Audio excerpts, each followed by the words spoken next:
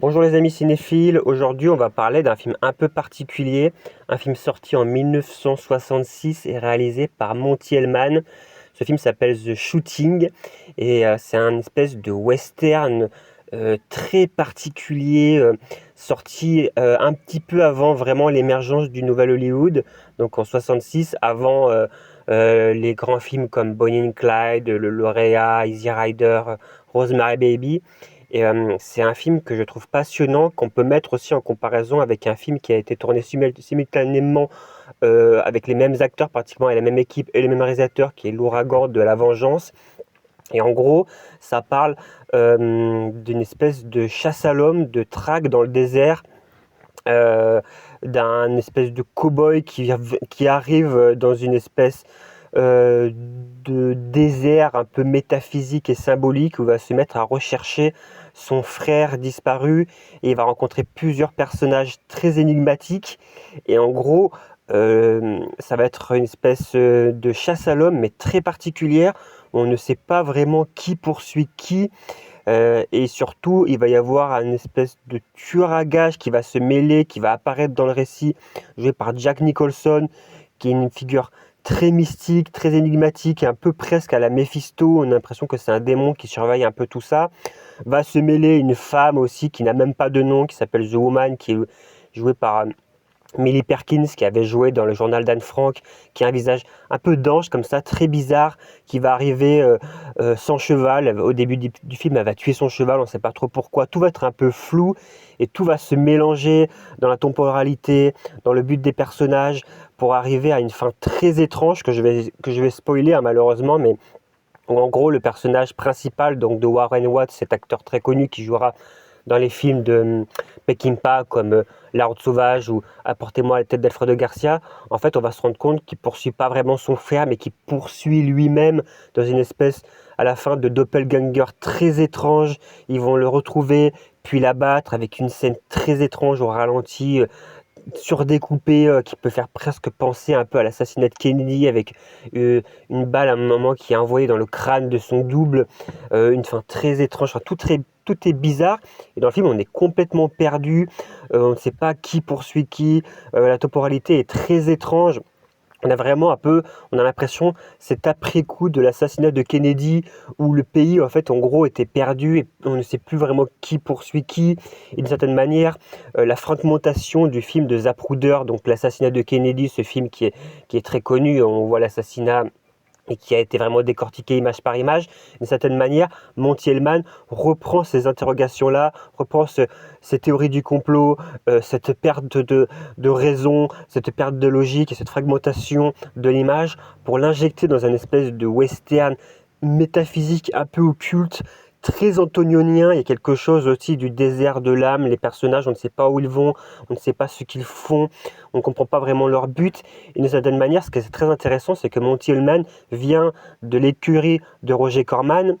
D'ailleurs, c'est pour ça qu'il y a Jack Nicholson dans le film, hein. Jack Nicholson qui était un des acteurs fétiches de l'écurie Corman. On le verra dans les films du cycle de Edgar Poe, comme La chute de la maison Usher, où il n'est pas dans le Masque de la mort rouge, mais dans des films comme par exemple La petite boutique des horreurs. Jack Nicholson et Monty Hellman transportent un peu tout cet héritage de la série B, de l'écurie Corman, mais cette série B très classique va se transformer en quelque chose d'ésotérique, de très antonionien et de très Burgess en fait. On pense beaucoup au livre de George ou les Burgess où les personnages souvent courent après eux-mêmes et on est vraiment dans une fragmentation de la réalité où finalement on court après son propre double. Cette figure du double d'ailleurs va irriguer beaucoup de films de la modernité. On pense à Performance de Nicolas Roeg où un personnage peut devenir un autre, où l'identité est friable, l'identité n'est plus vraiment définie, où vraiment on est dans ce cinéma de la modernité. C'est très intéressant parce que il faut savoir que sur le tournage, Monty Hellman a interdit à tous ses acteurs de porter des montres car il voulait que le temps soit quelque chose d'indéfini et qu'il soit totalement perdu et les acteurs ont fini d'ailleurs par se perdre parce qu'ils ne savaient même plus à quelle heure ils jouaient. Ils ont fini même presque par se perdre dans ce désert très étrange. Warren Watts disait qu'il se prenait à la fin pour le personnage parce que Ils étaient coupés du monde, ils n'avaient plus d'actualité, ils n'avaient plus de montres. Je crois quand même qu'ils ont enterré leurs montres, ils les ont cachées dans le désert pour vraiment que ce film soit hors du temps. Et c'est très intéressant parce que ce film est vraiment d'une modernité hallucinante. L'histoire n'a pas vraiment d'importance, la narration n'a pas vraiment d'importance. Et pourtant, il n'est pas considéré comme un des premiers grands films du Nouvel Hollywood. Il est un peu oublié aujourd'hui parce que il n'est pas vraiment sorti dans un circuit classique à l'époque aux États-Unis. Il a un peu été relégué, il est ressorti quelques années plus tard, il est devenu culte, mais il est ressorti par la suite. Donc il n'a pas été célébré à sa juste valeur en 66 et il a un peu été oublié dans l'historique et dans la jeunesse du Nouvel Hollywood alors qu'il est sorti un an avant Bonnie and Clyde, le lauréat Easy Rider. Et c'est vraiment pour moi un des premiers ancrages de la modernité du Nouvel Hollywood qui malheureusement est un peu oublié aujourd'hui. Et Monty Hellman fera d'ailleurs juste après, pratiquement simultanément, L'Ouragan de la Vengeance. Et puis après, plus tard, il fera l'un des plus grands road movies de l'histoire avec Macadam à deux voix, sorti en 1970. Donc c'est très intéressant, ce film un peu oublié et qui est pourtant d'une modernité hallucinante, qui est vraiment à la croisée entre la série B, le western classique, le cinéma un peu d'exploitation de Roger Corman, une pure modernité antonionienne, vraiment très moderne, hein, très étrange, et puis ce côté un peu ésotérique qui va arriver à la fin des années 60, début 70. Il est dans la prolongation, on pourrait dire visuelle, de la fragmentation du temps de l'assassinat de Kennedy, donc ça c'est très intéressant aussi. Et voilà, après on a un casting assez étrange, Warren Watts, comme je l'ai dit, Jack Nicholson, qui a des yeux assez perçants, qui est à la fois séduisant et effrayant. C'est vraiment un personnage maléfique qui essaie de tenter les âmes, parce que c'est vraiment des âmes perdues dans un désert symbolique, encore une fois antonionien. On pense à l'île de l'Aventura, on pense à Zabriskie Point, dans lequel se retrouvera aussi Jack Nicholson beaucoup plus tard. On pense à tous ces films-là. On sait aussi que l'actrice le personnage qui n'a pas de nom est joué par Millie Perkins, qui était la femme du scénariste Robert Towne, qui signera plus tard le scénario de Chinatown, aussi avec Jack Nicholson. Donc ça, c'est très intéressant. C'est vraiment un film où on va se retrouver plein de points de convergence du Nouvel Hollywood de l'époque, que je trouve passionnant. Il va y avoir une espèce à la fois de savoir-faire et à la fois de lâcher prise totale du récit. Et vraiment, c'est un film que je vous recommande de redécouvrir si vous ne connaissez pas. Il faut accepter de se perdre dans ce désert mental, ce cinéma de la modernité et dans cette espèce d'allégorie d'un purgatoire, d'un western qui n'a plus vraiment raison d'être, et dans un monde très étrange où tout est un peu confus, la narration n'a pas vraiment d'importance.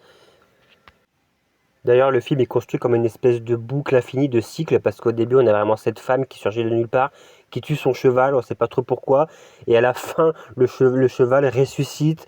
Bah, pareil, on ne sait pas vraiment pourquoi, à part si ce n'est pour nous expliquer qu'on est dans un cycle où les âmes s'entretuent à l'infini. Enfin, il y a quelque chose de très beau, de très fantastique, enfin, d'une certaine manière, et qui rejoint encore une fois les romans de George Louis Borges et ses interrogations très modernes sur sa propre psychologie. En gros, il faut tuer son propre doppelganger, il faut tuer une part de ses personnalités pour finalement arriver à une forme d'ouverture d'esprit. Voilà, c'est un film. Voilà, il faut aimer un peu le côté ésotérique, le côté très psychanalytique, le côté vraiment un peu confus. Mais voilà, moi, je trouve que c'est vraiment une espèce un peu de déclaration d'amour western, tout en étant un peu une espèce un peu de tombeau du genre, à la fois un des premiers films de la modernité et un film qui est très différent des westerns crépusculaires classiques de l'époque, que ce soit de Peckinpah ou de Clint Eastwood ou de Ted Post ou tous ces cinéastes-là. On est vraiment dans un cinéma aussi très européen. On voit l'influence, encore une fois, d'Antonioni, de tous ces cinémas-là, de Nicolas Roeg, de la fragmentation du récit, comme je l'ai dit encore une fois.